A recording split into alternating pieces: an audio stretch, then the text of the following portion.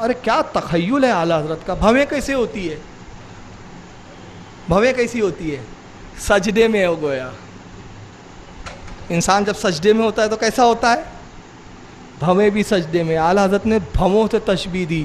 کہا رسول اللہ کی جو بھویں ہیں نا، جب کعبے نے مصطفیٰ کی ان بھووں کو دیکھا، کہا مصطفیٰ آپ کی بھویں اپنے رب کو سجدہ کرے تو میں ان کی پیروی میں خود سجدے میں نہ چلا جاؤں.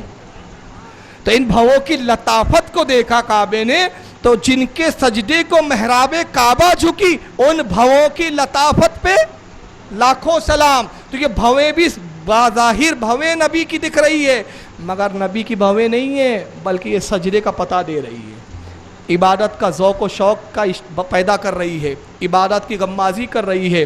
آپ فرماتے ہیں نبی پاک صلی اللہ علیہ وسلم، اور بھی دیگر ائمہ نے اس کو، بہت سارے علماء نے لکھا کہ جنت سجائی گئی، فرشتے مبارکباد دے رہے تھے. عبد المطلب نے جیسی آواز سنی کہ محمد تشریف لا چکے، عبد المطلب کہتے میں تیزی سے گیا اپنے گھر کی طرف.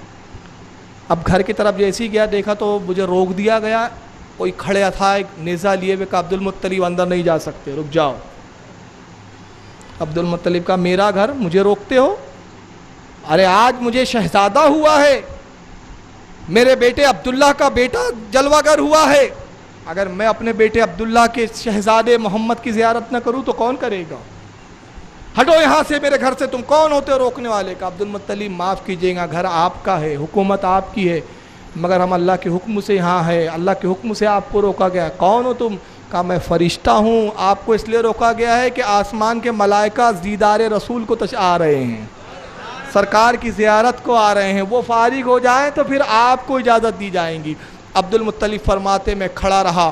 اس کے بعد کچھ دیر کے بعد وہ فرشتے نے کہا اب آپ اندر جا سکتے ہیں. پھر میں نے محمد صلی اللہ علیہ وسلم کو گود میں اٹھایا، سرکار کی پیشانی کو بوسہ دیا. کہتے میرے ماں باپ محمد پر فدا ہو جائیں، میں نے محمد صلی اللہ علیہ وسلم سے زیادہ حسین کسی بچے کو نہیں دیکھا. تبھی پکارنے والے نے کہا عبد المطلب اس کا نام محمد رکھنا، کہ اللہ نے اس کا نام محمد رکھا ہے. محمد کے معنی ہوتے بہت زیادہ تعریف کیا ہوا.